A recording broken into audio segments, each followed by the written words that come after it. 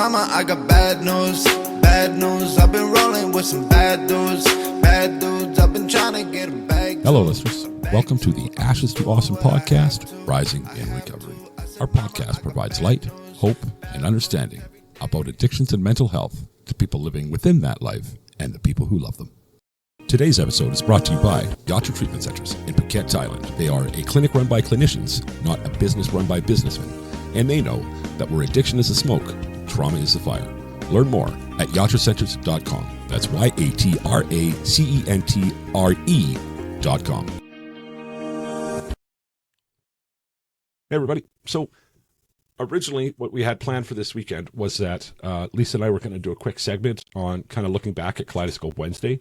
I found my watchers, listeners, supporters have kind of missed that kind of overview of the week. And Lisa's missed doing it, and Ryan really loves it as well because, he's got an ego, and he likes to get the feedback on what he's talking about so he can, serve us better in future episodes. But the episode with Van Asher went a 2-hour marathon episode, and I wouldn't change that for the world. Then Lisa and I recorded a thing that was supposed to prequel the episode, and it turned out to be a half hour unto itself. So it's just too much to pack into one episode. So I thought, hey, a half hour that's enough for a quick short episode, and we can kind of do a recap on Wednesday. So that's what we're doing here. So any conversation that might lead up to, sounding like it was supposed to be a part of the episode, please just ignore that. And while I got your attention, so some of you know by now that I am off to Thailand. Our sponsor, Mike Miller, who I'll put him in as the sponsor of this little bonus episode here too, as the title sponsor at the Yatra Treatment Center, offered me a scholarship. And where that starts is months ago when he was on the show for the first time, and what an amazing guest. Go back and check out this episode. Just search Mike Miller on the website. You'll find him right away. At the end of the episode, he says, man, you've got some trauma you really need to deal with, right? And I guess it was that obvious, right? And I've been somewhat open about my PTSD and some of the things that got me to this point. And now I've got this opportunity to go deal with it. And then over these months since he made that first offer for the scholarship, we've been talking, and he keeps talking about the cost of living, how much less it is out there. And hey, I don't bring in much as a podcaster. I bring in just enough to cover expenses and not quite enough after that to sustain myself. So month to month, I have to kind of lean on my family and ask for a little bit of help here and there. And I'm so blessed to have that help. Well, my family in turn is helping me get there, right? So, but that's about it. There's a major deficit left for what I need for cash, because once I get there, I'm not coming back. And it's kind of scary to be on the other side of the world with absolutely no money. So I'm not much one to ask for help. I don't like it. I'd rather give you something back. And with that said, any donation that's given, I'm more than happy to, give you a shout out within the episode, or perhaps dedicate an episode, it's depending on the amount of money, of course. More than happy to do those things. And the big ones is maybe you've lost somebody to addiction or a drug poisoning, and you would like to honor their memory. And I'm more than happy to dedicate an episode and talk a little bit about who that person is inside the episode as well. We do plenty of that with Memorial Mondays, and not plenty. Plenty makes it sound like that's enough. I wish we could do them every day. I wish we could memorialize every single person we lose, because maybe we would get the goddamn attention of the people that matter. But the reality is it's not sustainable. It's not sustainable for my mental health. That's why we don't do them every week anymore. It was just becoming too damn heavy for me. And just to immerse myself in that sadness every week, it's part of being hypersensitive, right? So anyway, enjoy the commentary on the Wednesday. We get into a little bit more, as we tend to do, right? They're organic conversations. I think it went really well. Take your feedback to tell us whether or not we did a good job. But please, there'll be a link in the show notes to my GoFundMe. And if you could help me out, every donation gets me a little bit closer, and I couldn't appreciate it more. So thanks, guys. Enjoy the show, and we'll talk to you soon. We get into the rest of the show. We talked about maybe covering the previous week's Kaleidoscope Wednesday. So Lisa, you being the one that pays much closer attention to that, what you think? What are your thoughts on this one? So first of all, if Ryan is listening, I love that we're going to do this, because it is something I've missed from the old weekend rambles, when we would get a chance to sort of spend some time talking about Ryan's episodes. I always find myself watching the Ryan episodes and like talking to my laptop, like wanting to be part of the conversation. And you could, anytime you could be. Our recording Right. schedule is a little sporadic, so but yeah, Yeah. Yeah. more. Yeah, I mean, so you guys are talking a lot about stigma, Yes, and which is obviously like a common topic that we talk about a lot on the podcast anyway, right? yeah, yeah, Some things that really stood out to me. One was the explicit connection between stigma and shame, right, which, you know what I mean? Like it's like when it's said, it's like, oh, like it's obvious, but I feel like a lot of times people talk about them separately and don't necessarily draw the connection between the two. right. Um, And I'll give you a peek behind the curtain. yeah. We've already recorded next week, and Ryan immediately spoke to that about this last week's Wednesday and said it was an aha moment for him too. Yeah. He made it sound like this was something that he had been rolling around in his mind for a long time, but it was not. It was a totally different way of looking at it for him as well. So Yeah. continue though, but Yeah. right. A lot of what you guys were talking about this week was the stigma experienced by or felt by the families. Right, which is something And you so can relate again, to. like it was sort of just it you like I could feel what you were talking about. But what was really interesting to me was that the feelings it brought up for me. And what it was bringing up was this like sense that like I don't even know how to describe this. Because the episode was so supportive of the families and what the families go through, and that it's not talked about, and there's not a lot of support, and that family members don't get the escape by getting to go get high.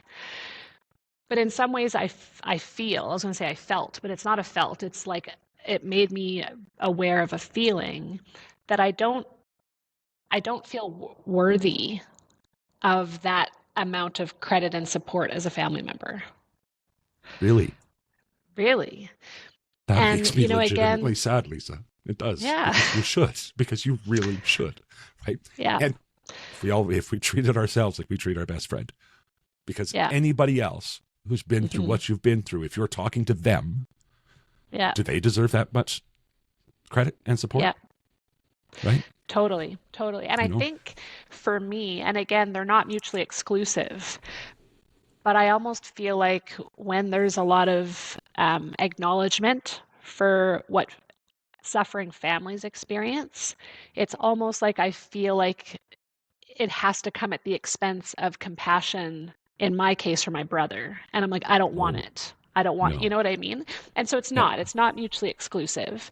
But again, it's now twice in this episode that I'm going to bring this up because the order that we're recording these, but it goes back to that text message that I sent to Devin Mm-hmm. a long time ago, where, like my brother has spent a lot of time apologizing and living with shame and feeling sorry.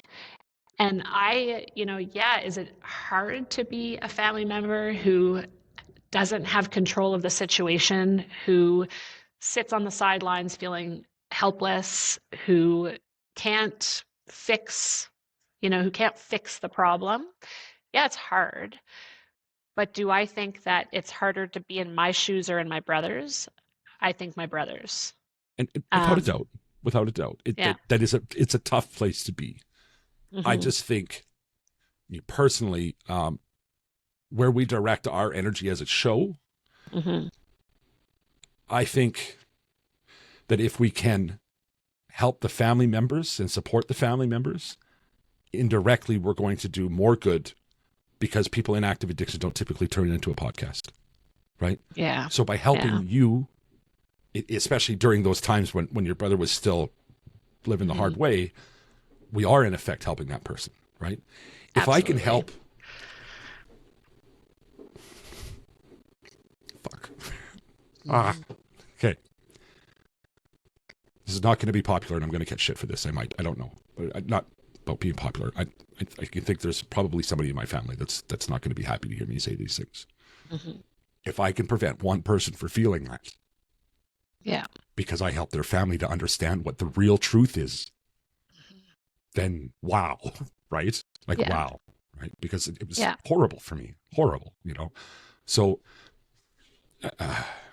helping people to understand that is helping that person, right? It is totally. And I think like maybe just through my own personal experience though, like I feel like I haven't had a hard time finding people who had compassion for what it was might be like for me as a family member.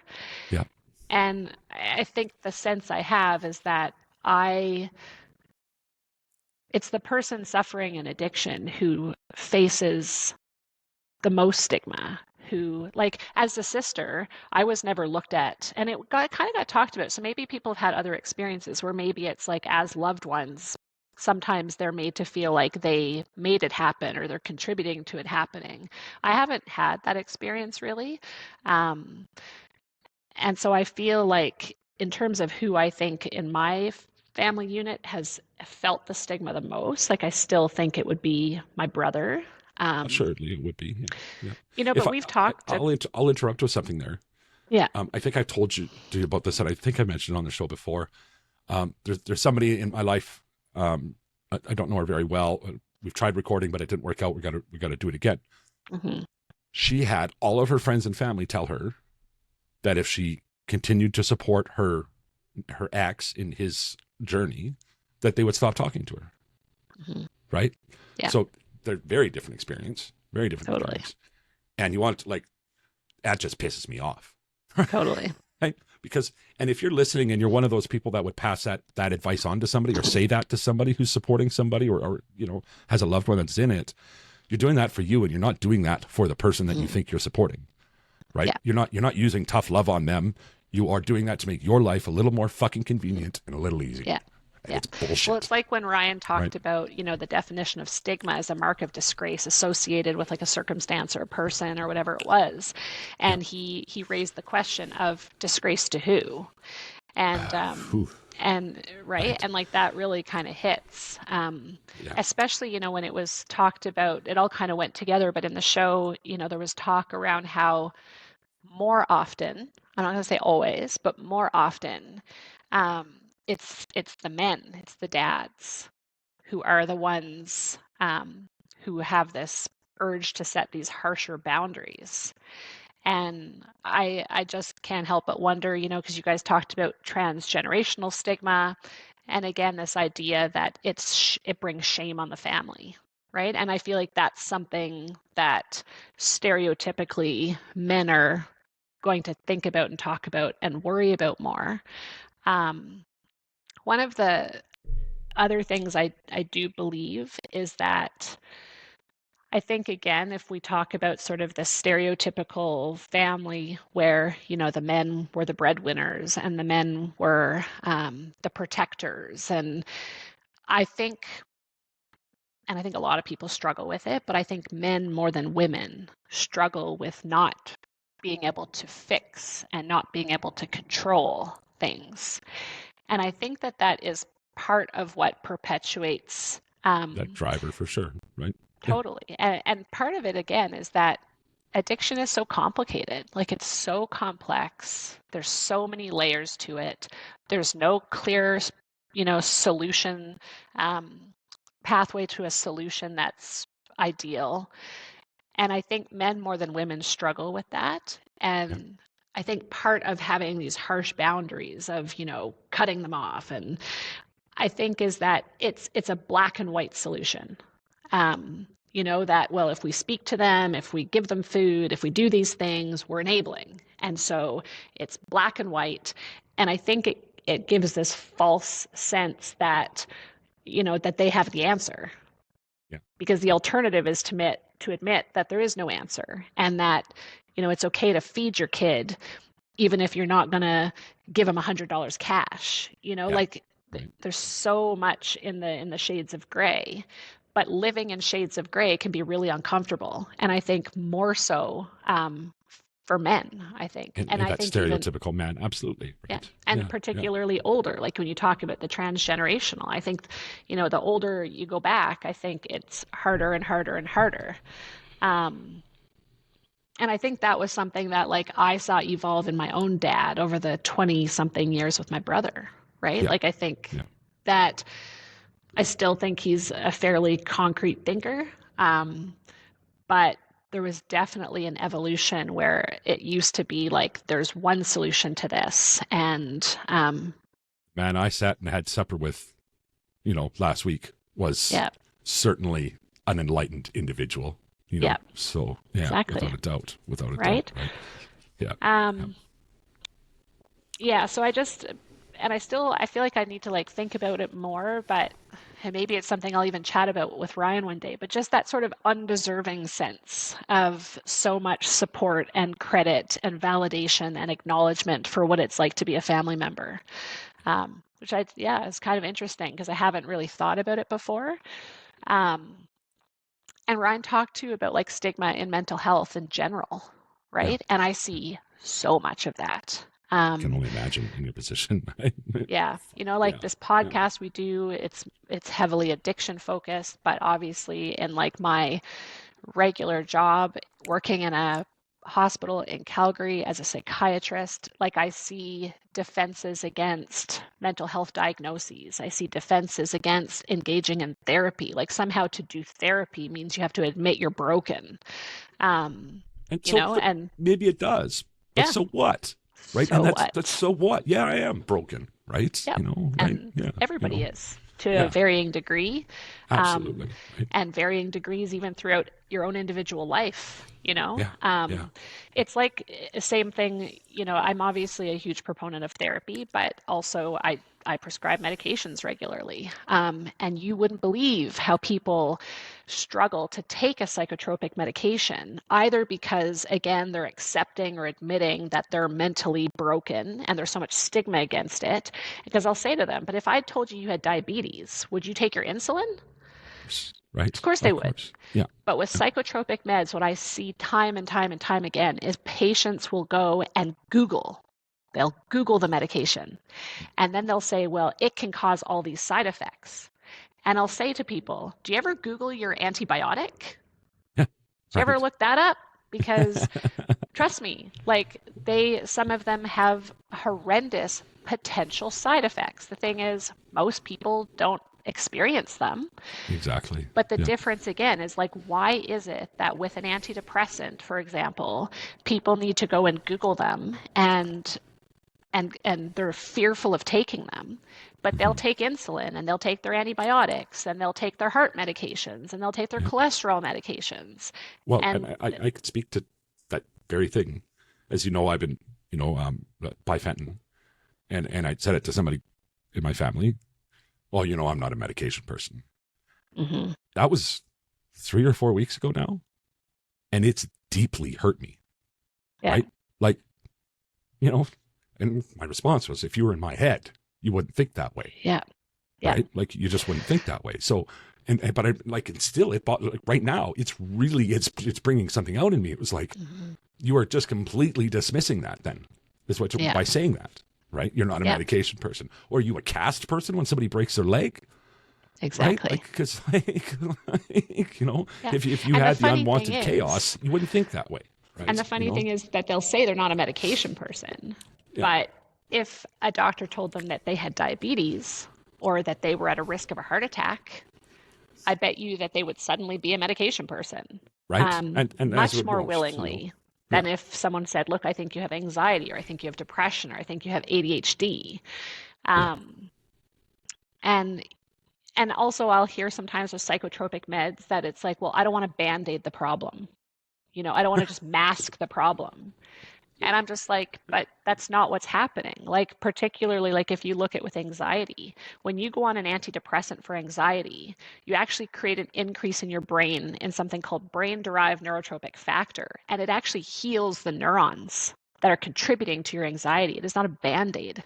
If you take somebody with ADHD and you give them a task and you put them in an fMRI machine and you watch their brain activity, areas of the brain that would activate in a neurotypical person don't activate in someone with ADHD. You put the person with ADHD on a stimulant medication and you task them again, and now their brain fires in a similar fashion to a neurotypical person. And so so these how do aren't you, right? band-aids. You know, No, they're no, actually they're helping they're where the treatments. brain or the body's not doing what you want it to Yeah, do. Just like when you give somebody insulin because their pancreas doesn't make the required amount, it's right. it's not a band-aid. Yeah, Um, yeah, yeah, I also loved the conversation, which I think was I feel like there was like fireworks going off in your brain too when you guys talked about it. And I don't know how I'd never put it together myself before, but this idea that we don't ever say alcohol overdose. right, right. Like, You know, I, right? yeah, and it was. You're right. Fireworks going off in my brain for that, And like, right? because I remember like 30, almost 30 years ago as a teenager, I Yeah, remember having friends who of had course. alcohol poisoning. So they went and they got the charcoal, and they were done. Exactly. They were laughed at school, but Yeah. not laughed. They were laughed with at school, not laughed Yeah. at school. Right? It Yeah. was okay. Right? Yeah. Was like kind of not a big deal. You had to go, like, yeah, you had Yeah, a little too much, maybe don't drink that much next time. yeah. Um, and I feel like, again, that's stigma, right? Because it's like overdose has so much more stigma associated to Damn straight it. it does. And Yeah, it has yeah, blame, right? It's like, because yeah.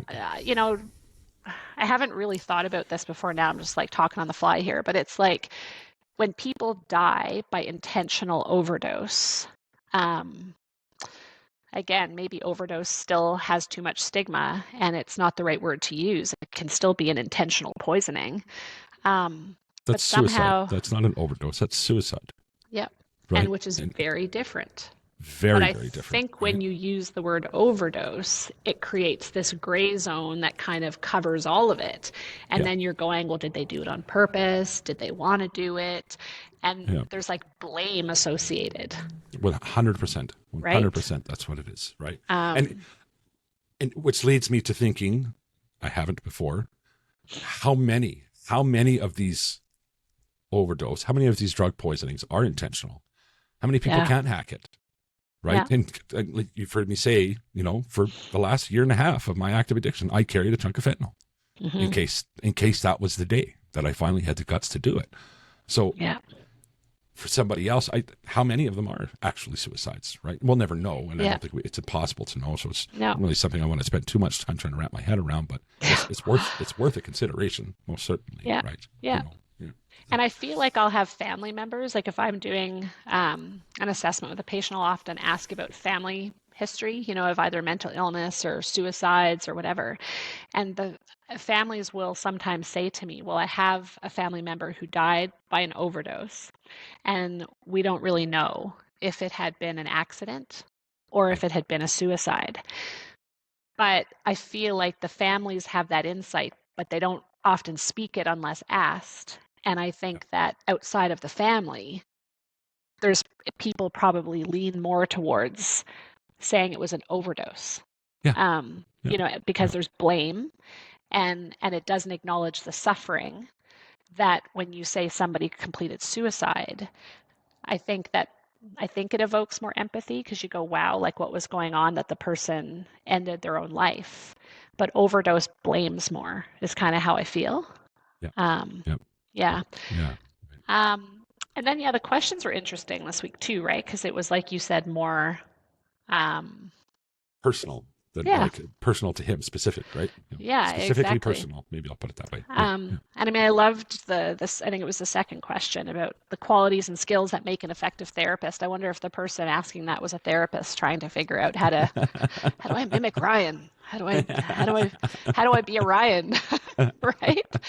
Um, and like he gave a great answer that I think is like, you could go into a room full of people who were studying to be therapists and, you want to talk about the skills and the modalities and all of these things. But I think for me, like where my brain went, which is not an all-encompassing, thorough answer to the question at all, but two things. One is heart. And I think that's what Ryan has in spades, and I think it's why people connect with him. And that's not something any therapist is going to learn in a textbook. But if you don't feel with the person and for the person, I just don't think you'll ever be as effective. Of course not. Um, Of course not. and and just an ability to connect, like an ability to establish rapport. I remember going through my residency training where we have to do training in various therapy modalities. And they had told us that the rapport a patient feels with you as their therapist by miles trumps the role that the therapist's education plays. If you want to look at success of a therapeutic relationship, rapport is the number one predictor of how good it's going to go. A lot of sense to me. Right? Yeah. And so, I think that's the thing with Ryan, is that Ryan, when you talk to Ryan, you feel seen, you feel heard, you feel cared about. And so he's able to establish rapport. And when you can establish rapport, you can confront people and it's received, right? People's defenses come down. And so if you've got that rapport with somebody, then you can really poke and dig at things that otherwise people will have defenses against and they won't let you in. Absolutely. Right. Absolutely. And so, so those are just the few things that stuck out. It's funny, and I wish I would have put this together while we were recording that episode, but we talked about the reels, right? Oh, yeah. And I can show you a before and after of one of his most recent ones here that he did on his own, and you would be like, holy shit, I'm a magician. Like, Chris, you're a magician, right? That's what you'd say. Oh, really? I laughed with him. Oh, I laughed with him, man. When he sent it to me, he says, this is rough, man. I hate doing this. And, but he sent it to me, and I worked with it, and it turned out really good. Very recently, the one I did with him talking about when you look in the mirror, what reflects, right? Mm-hmm. So some of the best reels I produce come from our episodes when him and I are just talking, and there's a rapport, and you know what I mean? Because he's got that back and forth, and that's the difference. It's the difference right there, is because he's having a conversation, and you get to see that caring, that heart he has in spades. You get to see the real Ryan. Right. And whereas when he's talking to a camera, he's talking to a camera. So it's a very different thing. And that's the difference. Right. So, right. Yeah. And, and you're it's right. the connection. Right. It's the heart. And it's hard to just put heart out there without being connected to somebody else in the moment. Right. Yeah. Yeah. Absolutely. Yeah. Whereas with myself, when I'm doing a reel, I don't have to look at a script. I can look at what I want to say because I'm not showing my face for most of my reels. Right. Yeah. But I can tell you, often I have to re-record because I get emotional during those ones, especially the angry ones, right? Yeah. I have to, like, shit, okay, stop, start again. Because I love the angry ones, though. Yeah. Right. I get all fired up. We need to get pissed off sometimes, right? So that's just the reality of it, right? So, yeah. But yeah. Go ahead, though. Sorry, I didn't mean to interrupt. No, that's okay. Yeah. I think that's kind of, I'd almost rather end it on that one. I was going to talk about the other question, but I feel like, ending on the topic of the skills that make somebody an effective therapist, and recognizing that and maybe it's sad. I don't think it's what you learn in a book. No. And I think that Ryan has that gift, and I think we're lucky that we've got him, and very much so. Very much so. Yeah. I'm so glad he's done with camping and shit, because we talk about like every day, right? And it sucks. It sucks. Yeah, huge gap in my life when we don't get to chat every day, right? So huge gap for sure. So, all right. Alrighty. I think I'm just going to put this out as its own episode. I think just a mini, like a half episode or whatever. We're going to do it that way. That other one's so damn long anyway. Might as well, right? So, right? The other one is long. Absolutely. Yeah. So with that said, if you know somebody who's in active, we'll start that over. If you are in active addiction right now, today could be the day. Today could be the day that you start that lifelong journey. Reach out to a friend, reach out to a family member, call it a detox, go to a meeting, whatever the hell you need to do to get that journey started, because it is so much better than the alternative. And if you have a loved one who's in active addiction right now, just taking the time to listen to this little chat, if you could just take another minute and text that person, let them know they are loved. Use the words. You are loved. That little glimmer of hope could just be the thing that brings them back.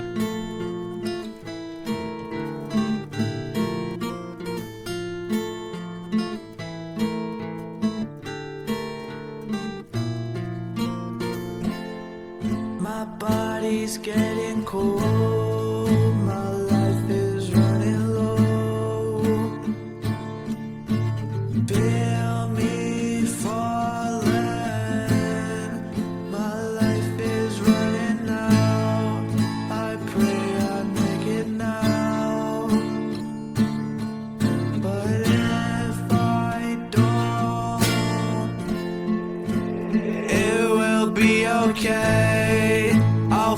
find you another day, and I'm not scared to go. It will be okay, I'll find you another way, and I'm not scared to go, because when I die, I'll be happier in another life. I'll be a ladybug soaring through the sky. Please search for me, please find me. So please don't cry when I land on your arms, spread my wings and fly.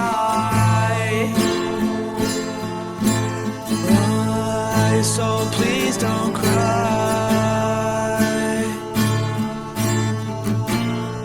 Spread my wings and fly.